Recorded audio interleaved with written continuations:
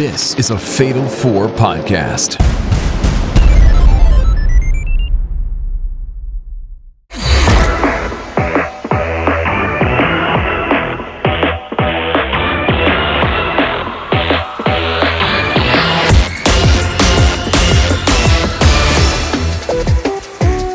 Eyes forward, gamers, and prepare to shuffle those feet from side to side. It's time for Squared Circle Strafe, the premier video game podcast of the Fatal 4 podcasting network.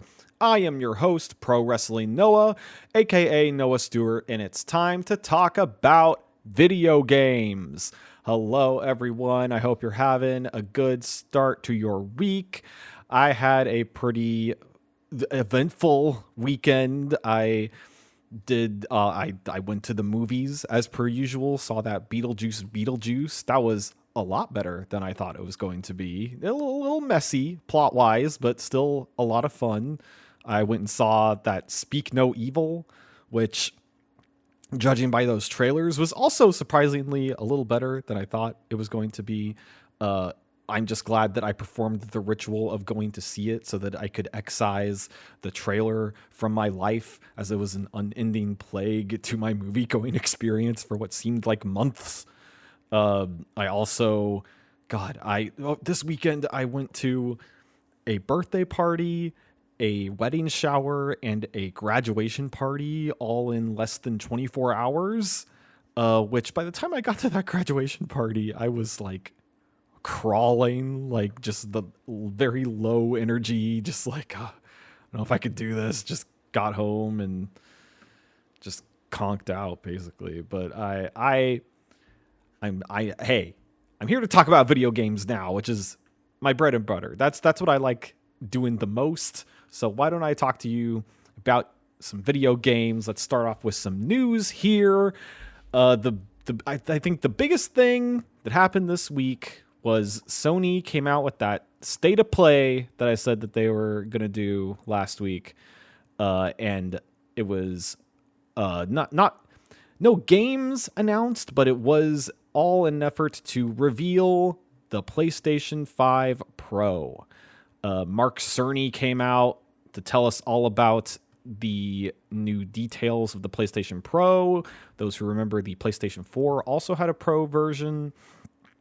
And this is similar to that, at the very least, like in regards to form factor, because if you remember, the PlayStation 4 Pro was like it was like the PS4, but you made it a triple-decker sandwich where it had like the little extra layer in the middle, so it's just like an little extra stack on top of it. And in this form factor, it's like, hey, it's the PS5, but there's like a little extra like diagonal black like insertion in the middle of the console, so it's like a little taller. I've heard it described as like a Wolverine slash down the center of the console basically. But Mark Cerny was there to tell us about how it introduces a larger GPU, advanced ray tracing, and AI-driven upscaling, which they are referring to as the big three, which I thought was a funny way to describe it. But maybe, I don't know, a simple way for someone as big-brained smart as, system architect Mark Cerny to explain it to dumb little me. But from what he said about all these, new additions, larger GPU, apparently it's like 67% more compute units, this says, than the current PS5 console. There's 28% faster memory, which means that it's, a lot faster at rendering gameplay than the, base PS5, making for smoother experiences. I think in large part, the thing they kept trying to convey about the PS5 Pro is that with the PS5, and they started off almost like the first 4 minutes of this presentation saying like, hey, the PS5 is great, isn't it?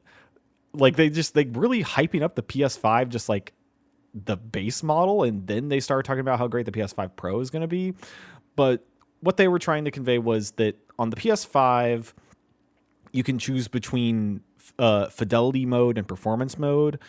that meaning that you can either go with performance mode, which you can play most games at 60 frames per second, but have like a bit of a compromised, the fidelity of the graphics won't be as impressive as they could be. And then you can go with fidelity mode, which will kind of have the, graphic settings maxed out, have it looking as good as it's going to get, but the compromise comes at gameplay clocking in at 30 frames per second, which Mark Cerny was like, it just doesn't feel good, which, like, I don't know. I tend to be okay with 30 frames per second. I'm not, a frame hunter like some people can be. But that being said, given the option, I tend to go with performance mode for that, the crispy 60 frames. And with this faster GPU, they're basically saying that you don't have to choose anymore, that you can, with the faster GPU, with the current lineup of games that are out there right now, that you should be able to get the game looking as good as it's going to look while also being able to play at 60 frames per second. Now, what I am wondering is, sure, that will be true now, but what does that look like in, I don't know, 2 years? Do we think that, companies will continue to want to, make games looking even more impressive and, more complicated to run, that will the promise of not having to compromise not actually, like, maybe you'll have to choose again in maybe 2 years. I don't know. I guess time will tell with that. But the other parts of the big three is the advanced ray tracing, which is pretty self-explanatory. It's just, it's ray tracing, but with more rays, produced in the environment. And then this other big thing that they're really touting is the what they are calling PlayStation Spectral Super Resolution, or as I like to call it, as they like to call it, PSSR, or as I like to call it, Pisser. Pisser the night away. Isn't that how that Chumbawamba song goes? Anyways, what this is, so PlayStation Spectral Super Resolution, PSSR, Pisser, is an AI-driven upscaling tool that, they describe it as AI-driven upscaling. And usually when AI is brought up, it makes me nervous, because usually when AI is brought up, it's referring to generative AI, which is usually, grabbing assets that are just like available on the internet for anyone to grab, usually at the non-consent of people who actually own that content. But in this case, it is an AI tool being used to grab stuff from the game itself. So it's not grabbing, stuff through users' non-consent, but it is just using data that it is already on the system to then upscale images to look as good as they can. This saying that it's learning-based technology to provide sharper image clarity, according to Sony. So, and with all this stuff, that's an impressive array of new, tools to make the games look and run as, crazy good as they can. And all of this can be made available to you for $700 American, which, also there's like a 2 terabyte SSD drive, which is pretty good. But this, I feel like the reaction to this has been poor, because that $700 price tag does not get you there will not be a PS5 Pro model with a disk drive. We're losing the disk drive, and also if you want the console to stand upright vertically, it does not come with a stand, and you will also have to buy that separately. So I think it seems like the general reaction to the PS5 Pro is people looking at it and going, nah, I'm good. Because the PS5 base is still at the same price that it released at $500. In some regions like Japan, the price has gone up. It has not come down, but has gone up. So it's getting harder and harder to be invested in the current generations of consoles, it seems. And at $700 American, like in Canada, that's like something like $1,100. And, if I'm doing my math right with with the economy the way it is right now and groceries, like that's like 4 to 5 trips to the grocery store for a PlayStation 5 Pro. So like you're really kind of having to weigh that value assessment. So I don't know, man. And I've seen a lot of other people kind of looking at the way that Xbox and PlayStation are kind of treating the way that they put out their consoles and these kinds of, like Xbox has the Xbox Series X and the Xbox Series S, kind of giving you choices there. PlayStation now has this choice with the Pro, which has a huge price tag, and is, kind of their attempt again at this kind of half step in the generation before actually, moving on to the next proper system in, the next generation.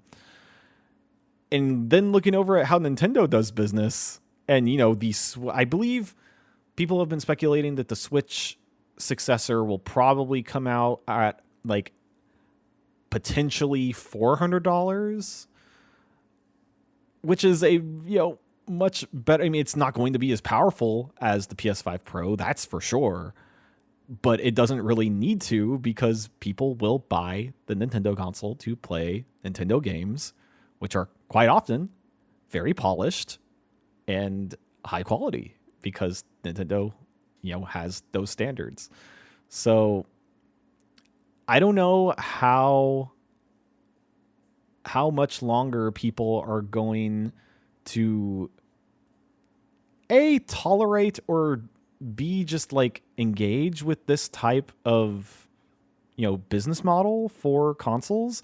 Because I also see a lot of people just saying like at $700, you're getting pretty close to just being able to build a PC with roughly the same specs as this, but also has the ability to do other things that a PC can do and wider access to things like mods and like, mod support and stuff like that. So I don't know. It's the PS5 Pro.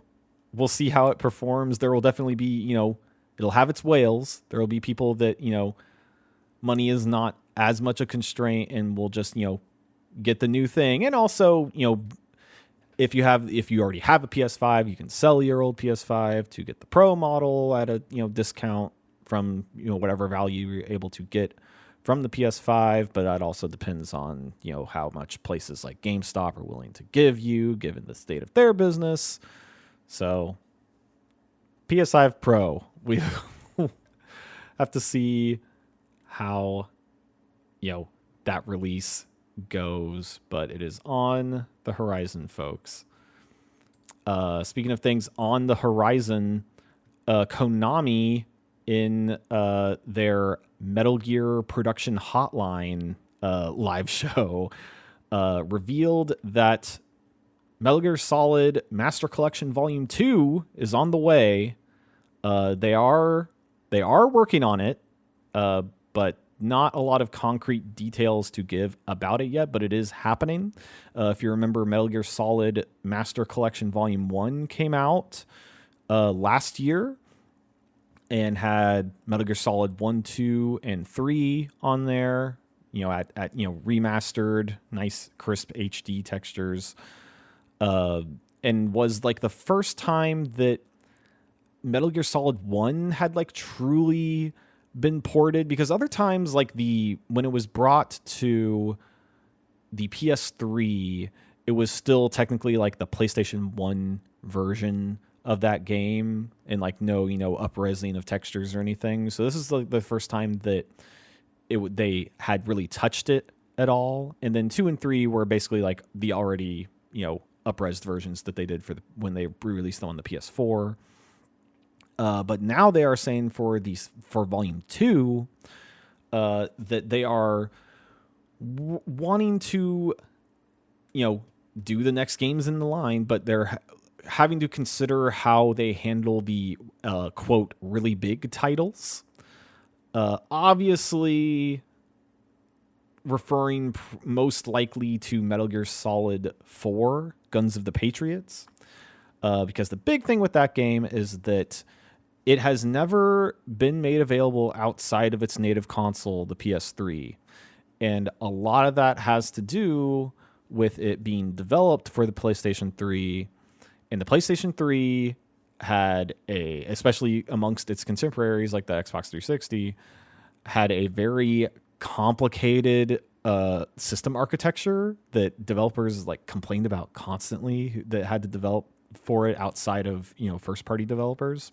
From what I understand, that is just a game that is very hard to port to other systems because of how kind of integrated it is into the PlayStation 3's architecture. So they're definitely going to have to, figure out something about that. I'm not a developer, so I don't know how difficult that's going to be, but it sounds difficult. But that's going to be like the big one that they're really going to have to, quote, consider how to handle it. And then speculation would be that, probably Metal Gear Solid 5, which has been widely available on, other consoles. It was on the PS4, so shouldn't be that hard to get up to the PS5. And then Peace Walker probably would be the other one. I don't know if you would throw Ground Zeroes in there, but hey, it would be nice to have a new, very accessible way to play Metal Gear Solid 4. And that's what we're hoping with this second volume that Konami is working on. Moving on to some of the more serious news. Hey, folks, it's 2024, and it keeps happening. Xbox announced this past week that they have laid off 650 more employees. They're saying that it's mostly from the corporate and supporting functions of Xbox, kind of the more business side of the business.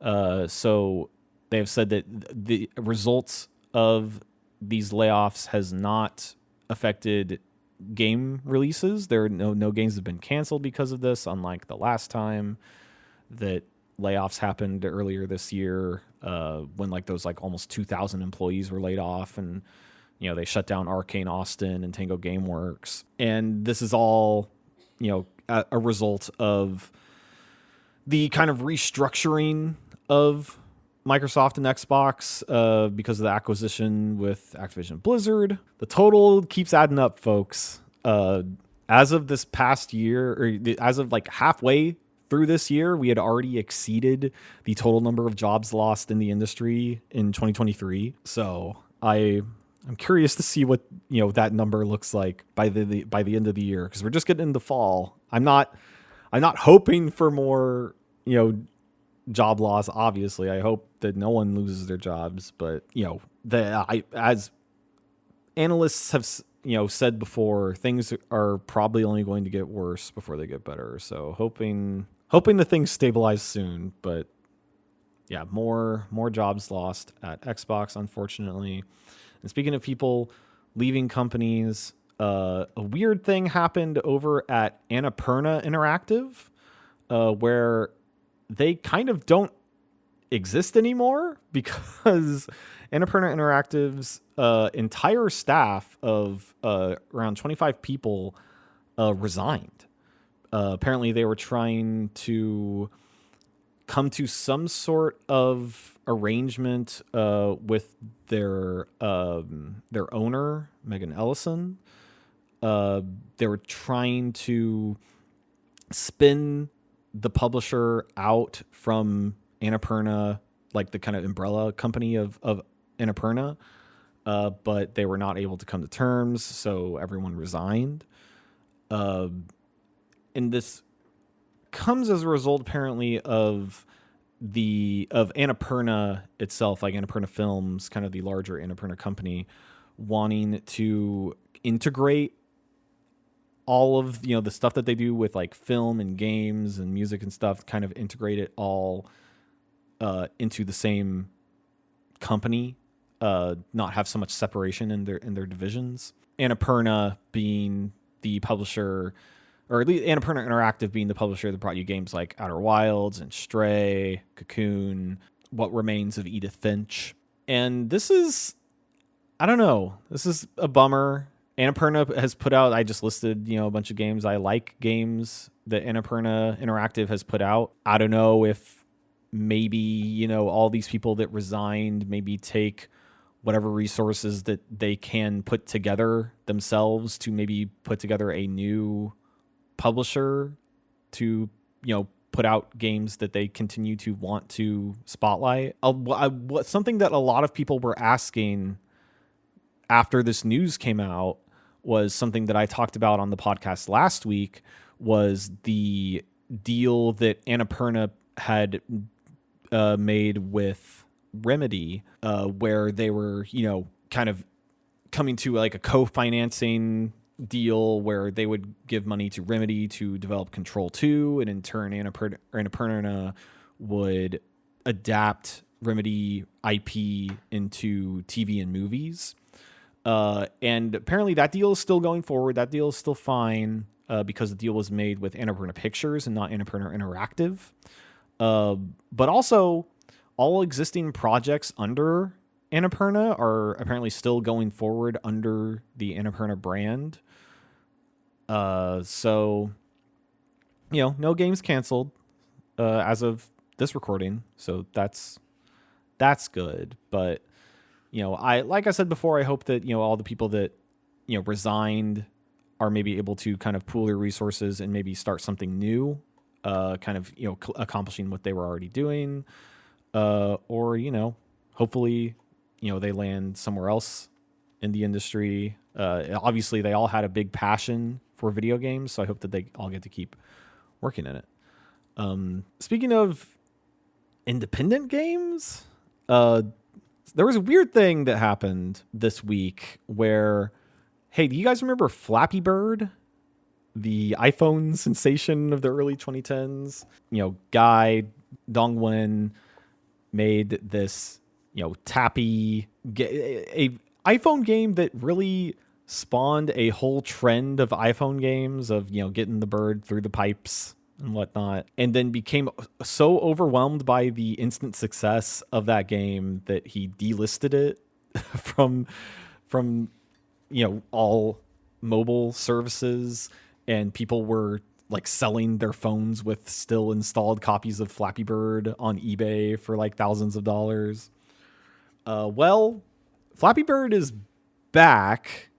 It's the trademark for Flappy Bird has been acquired by a group of fans, calling themselves the Flappy Bird Foundation. And they have acquired the trademark for Flappy Bird and also the rights to a game called Pio Pio versus Cactus, which is apparently the mobile game that some claim had been copied by Flappy Bird. And they're planning on re-releasing Flappy Bird to iOS and Android in 2025. And will contain new characters and game modes, which was like exciting news because of kind of like, the clout behind Flappy Bird and kind of what Flappy Bird represents. But a few days after that news came out, Dongwen on Twitter tweeted that no, he has no relation with the game. He did not sell anything and also does not support crypto. And that referring to that apparently the people backing the Flappy Bird Foundation also are in charge of a crypto business, 1208 Productions, which describes themselves as pioneering Web3.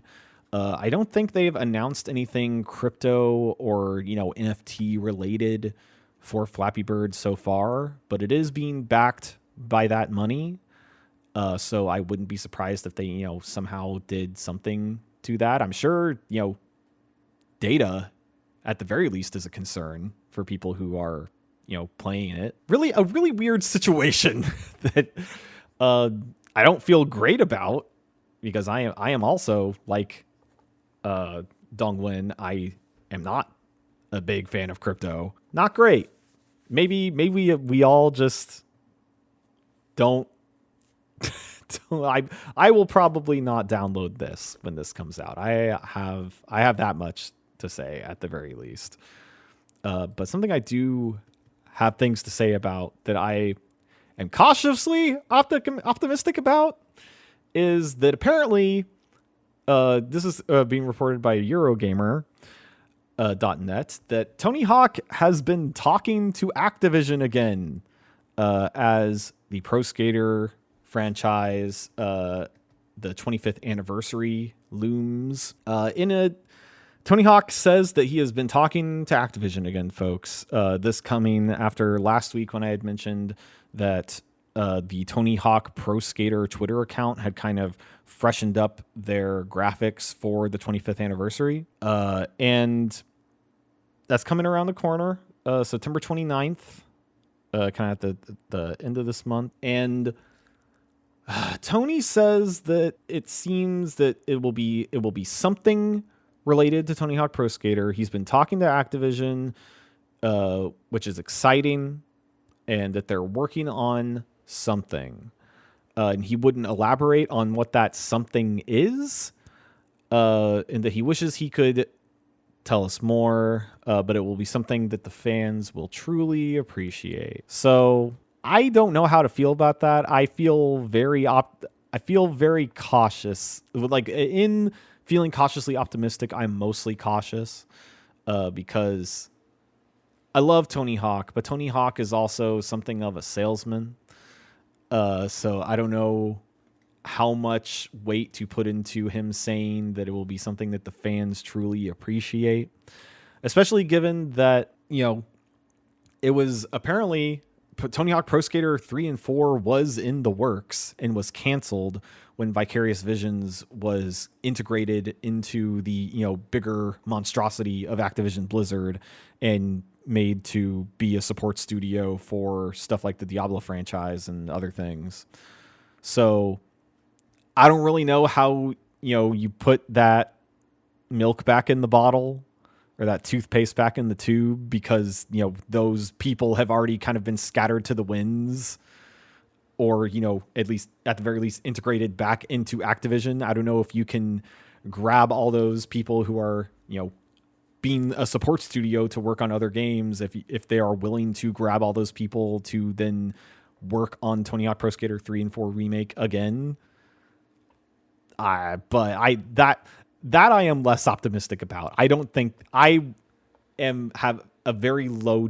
I would say that's a very low chance of that happening. It would be very cool if that was the announcement, but I really don't think that it is. And I would also be very sad if it was something lame like an NFT or something, which, you would think most companies are past, but GameStop exists and they're still doing stuff with that. So who can say? Activision Blizzard hasn't made the best decisions lately, let's say. So, but hey, I love Tony Hawk Pro Skater, so I will at the very least peep whatever they got cooking. And then this last bit of news, not a huge thing, but kind of neat, kind of interesting. The Steam Families function through Steam has finally launched out of beta. So before on Steam, you were kind of able to, if you would be able to log in to your account on your friend's PC, on your friend's, Steam client, and you would kind of be able to integrate your libraries together, but you would have access to their library, but you would not be able to play any of their games while they were online, or playing other games, not even playing the same game, but playing other games. And with Steam Family, you are now able to kind of integrate libraries with up to 5 people. I think maybe even up to 6 people. And while you are using someone else's copy of a game, they can still be online and playing as long as they're not playing that specific game. Everyone can kind of still, be online and be playing games at the same time. And that was kind of like, the going concern of like the integration of libraries, but Steam Families, kind of this like, bigger grouping of features, also has a lot of stuff for parental controls, which, has like all the features that you would expect, like screen time and, locking out of more mature games, restricting access for stuff like that, restricting what, younger users can see in the Steam store, all that stuff. But a thing that I actually think is really neat is that it also has features for payment options, in that if a younger user is attempting to buy something on the store, they have to send a request to an adult in the family, to which they can then approve, and then it'll be added to the younger user's Steam account. So that, I think that's a good way for parents to kind of be seeing what their kids are playing before they have access to it. So just kind of neat little features that it are finally coming out of beta, being made available to everyone. A nice little thing for Steam. But that is pretty much all the news I have for you this week. But why don't we take a little break, and then when we come back, I will tell you about some of the video games I've been playing.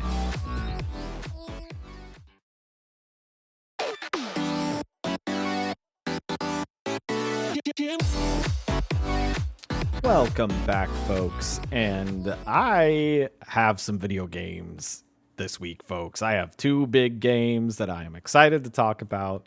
Two games that I feel like could potentially be in my top 10 by the end of the year. I played some really good video games. The first of which I want to talk about is finally the arrival of the much anticipated by me new game from Strange Scaffold. That is I Am Your Beast. This game I got to play in the Steam Next Fest, which I devoured the demo of, and now finally get to play the full release, and it's just as good as that demo was. I Am Your Beast, coming from Strange Scaffold. This is the third game that they have put out this year.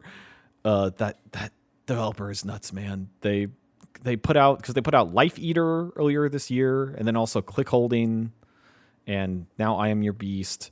Apparently, that developer, Strange Scaffold, their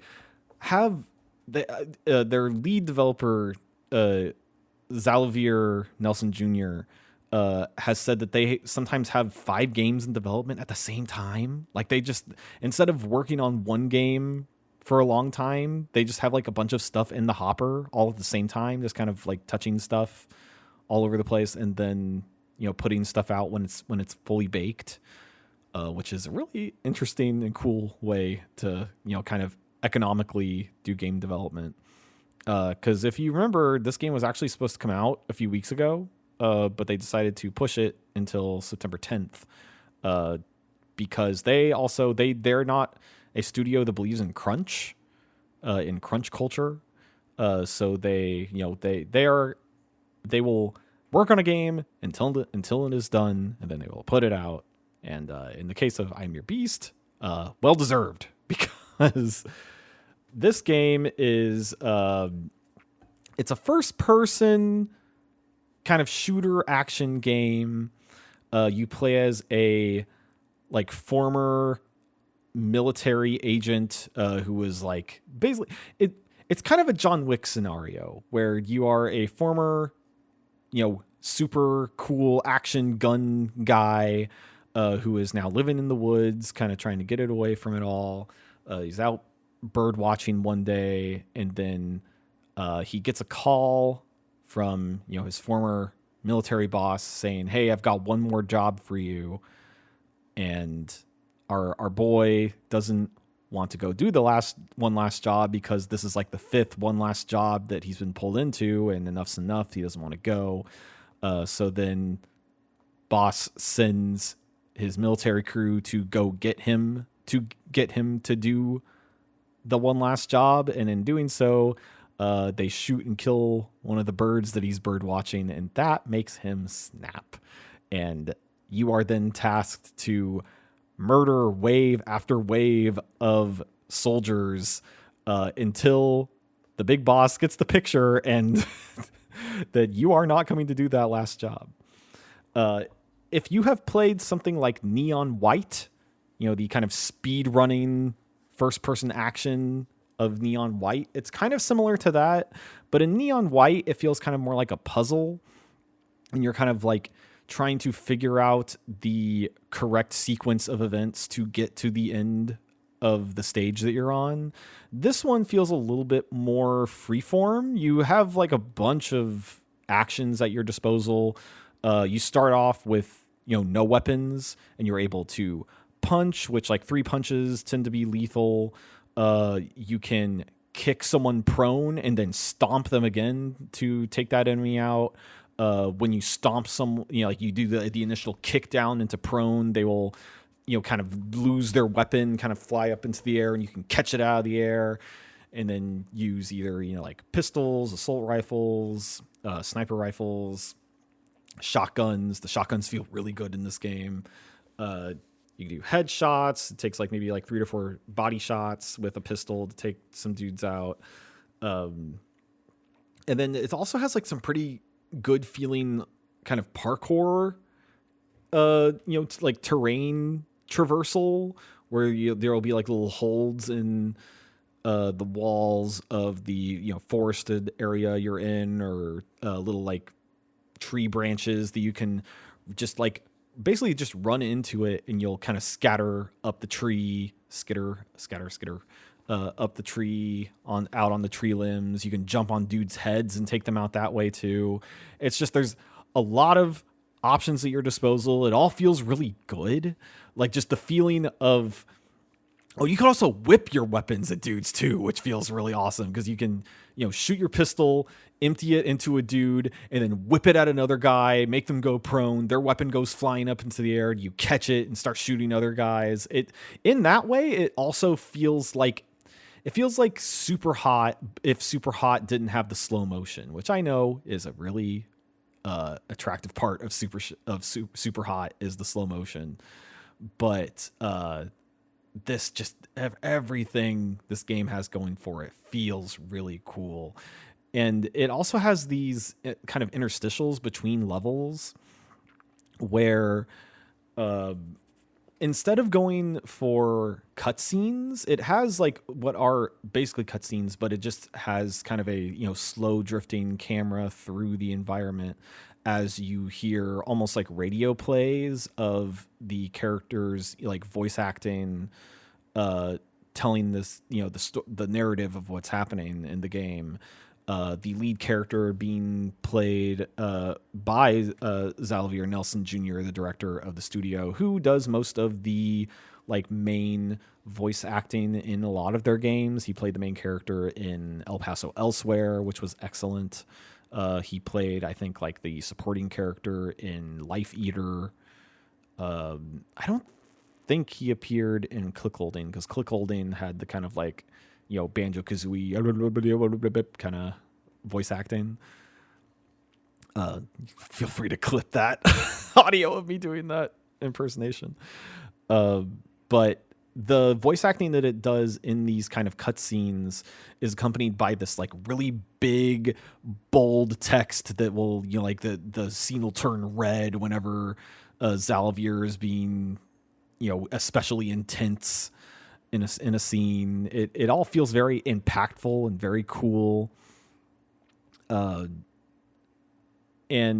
yeah, I am having a really good time with it so far. I think about 10 levels in of, 27 levels. It feels like it's not going to take that terribly long to just get through the game.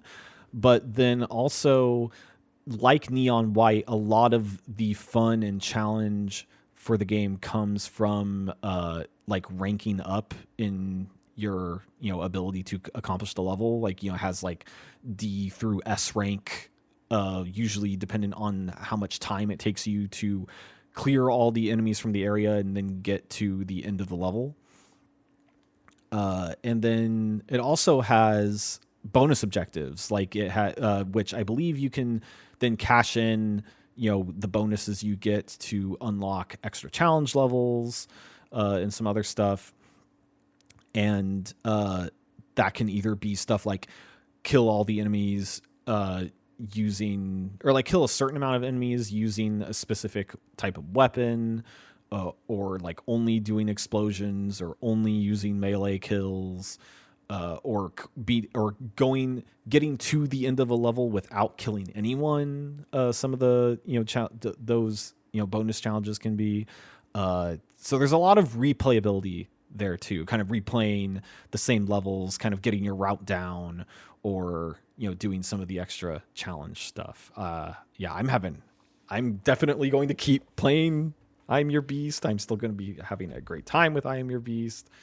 Definitely don't sleep on it.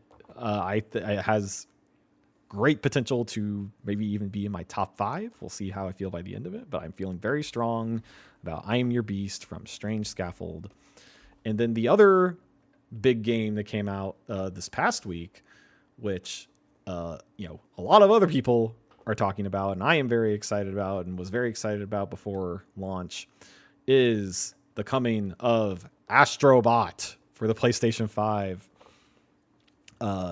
If you own a PS5 and you haven't played Astro's Playroom, the game that comes with your PS5, definitely go do that. That game is also excellent, and I think clocks in at about like 3-ish hours, even if you do everything in that game.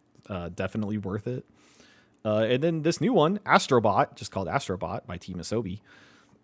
It's just more Astrobot. Like if you played Astrobot's Playroom, it's that, but a lot more of it.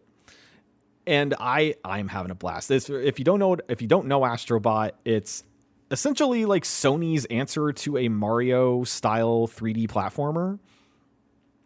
Really tight controls, really extremely charming art design. All the Astrobots are super cute, and it also feels like it shares a lot of DNA with something like Ape Escape as well, because you're in Ape Escape you're finding all the apes in the environment and trying to capture them all, and this is very similar to that in that there are a bunch of bots, Astro bots in the environment that are all doing various funny activities or in some kind of peril that you go and rescue and stuff into your little controller.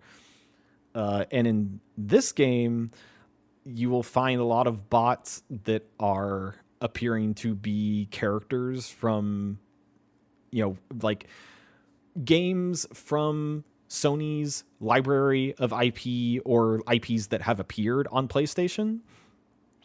And that's like one of the things I think is really cool about this game is that in Astro's Playroom, it really felt like, so both games are a celebration of the PlayStation brand.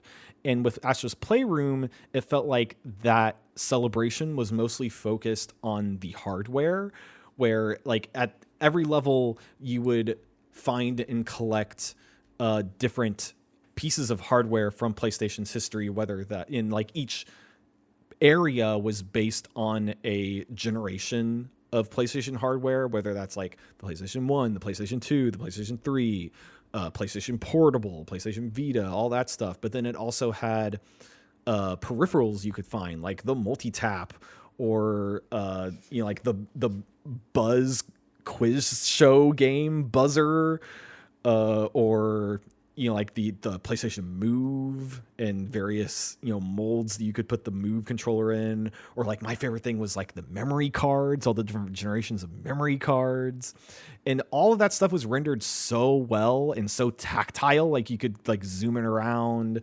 pull up like the 3D models and kind of like rotate it and see how lovingly recreated it was in 3D.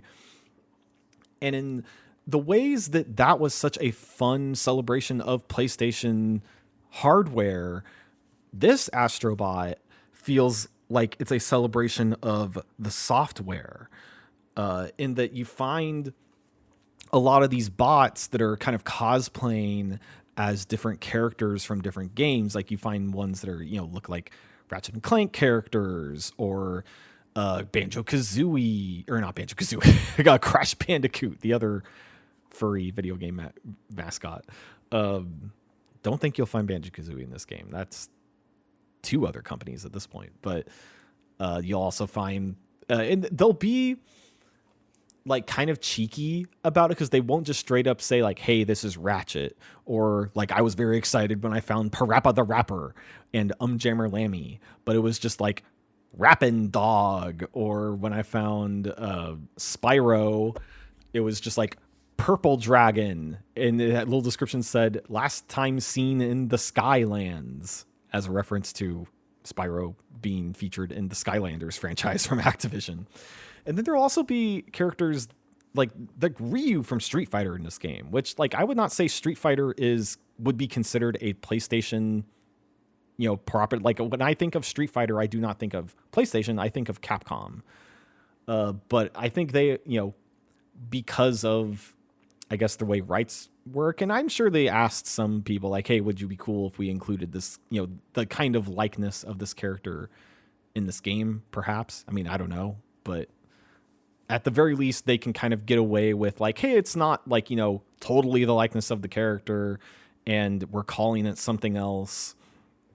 So they're kind of, able to get away with it like that. But just like so many of the like music stings in it are so nostalgic, and it just feels like a big celebration of PlayStation as a brand, which is then very upsetting given the stuff that PlayStation and Sony have been doing lately, what with like the stuff that happened with Concord, and like I said earlier in the show, with them trying to sell a $700 half-step console, and them just like having said last week that they feel like they don't have enough original IP in their catalog, which this game very much feels like flies in the face of that way of thinking about their brand.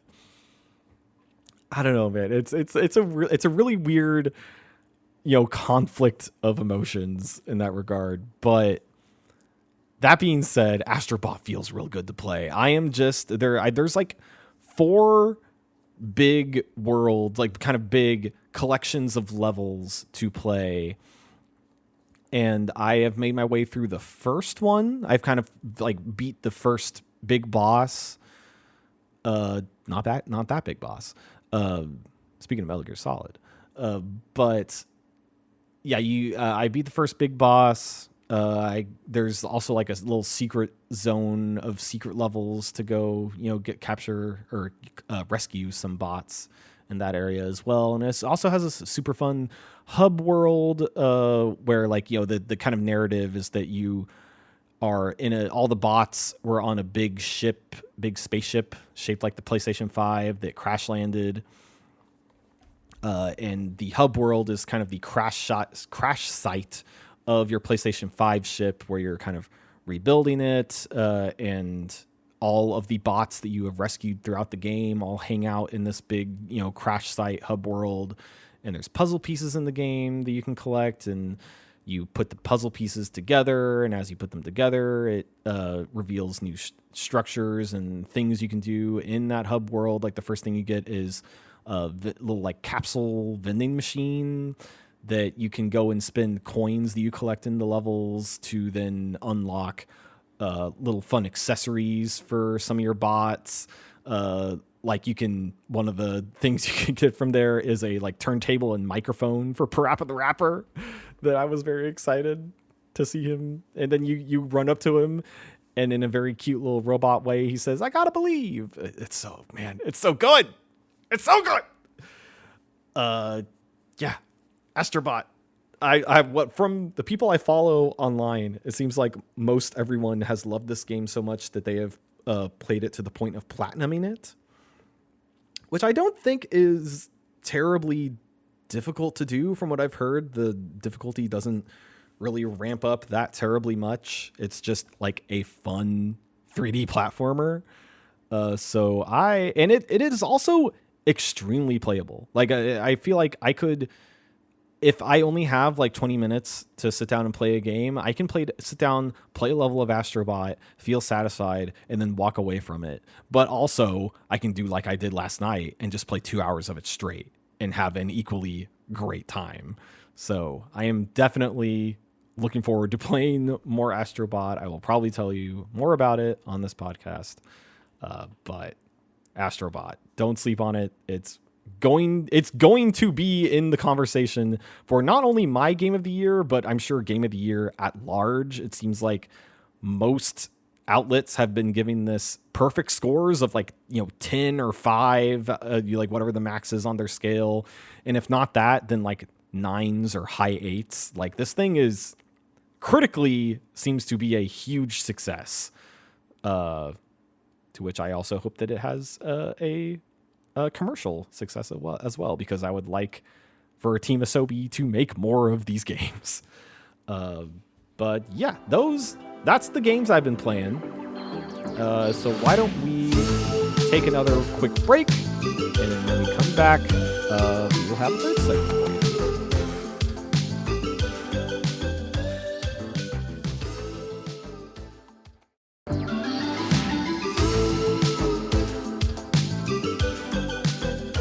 All right, welcome back, and let's get into our third segment. It's time for the Strafe Shuffle.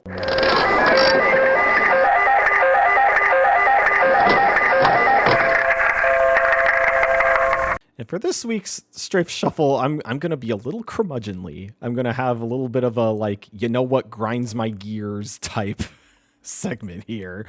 And it's not like I have a big problem with this. It's more of a thing that is frustrating me about a certain company or a certain developer, let's say. And it comes from a story that VGC put out this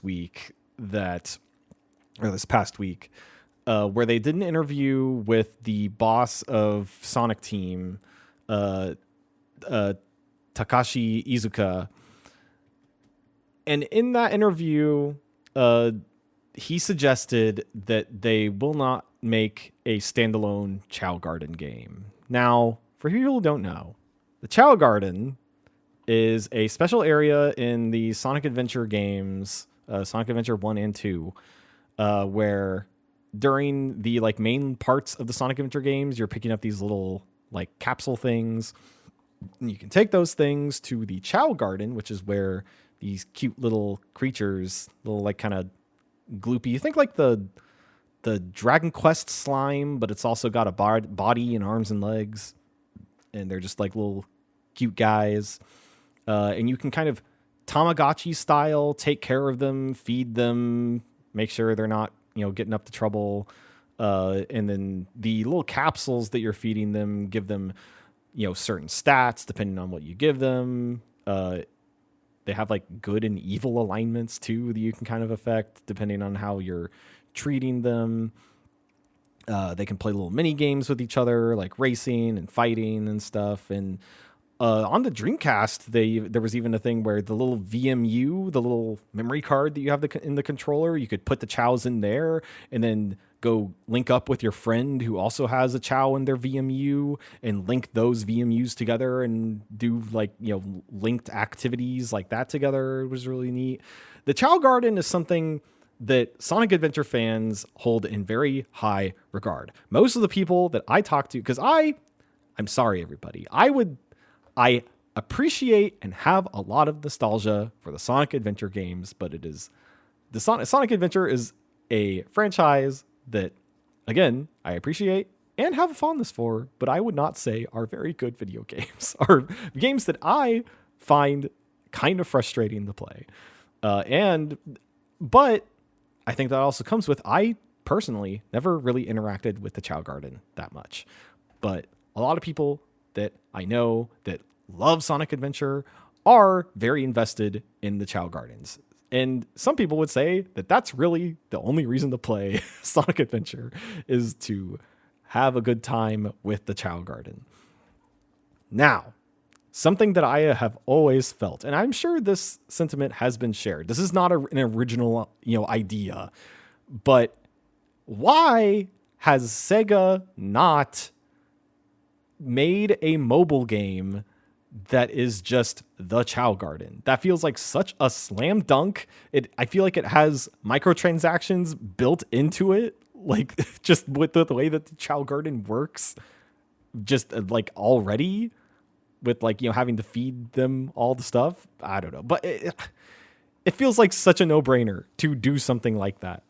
But coming out of this interview with Takashi Iizuka, he says that if they were to continue doing the Chao Garden in any regard, it would have to be as a result of Sonic Adventure 3 happening, because Sonic Adventure and the Chao Garden are like that. They are the same piece.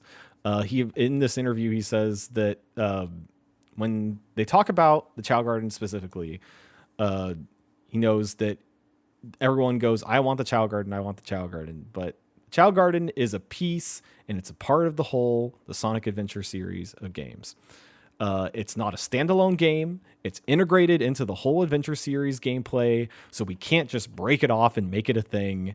And so it's like, all right, well, if you're asking for Chao Garden in Adventure 3, then it's pretty much asking for Adventure 3, end quote. So I don't know if I agree with that. I don't, like, he says that it's integrated into the whole Adventure series gameplay, which, sure, the way that it's in the game, yes, like you have to play Sonic Adventure and, play the levels, and, people will play the same levels over and over again to grind out the capsules to then take to the Chao Garden to feed them. But I don't know. I'm not a game developer, but he is. I don't know. Maybe just figure out a way to make it work. I don't know. I feel like that is a really weak excuse to say that, oh, it's integrated into the gameplay of Sonic Adventure. It doesn't have to be. You're the game developer. Just figure something else out.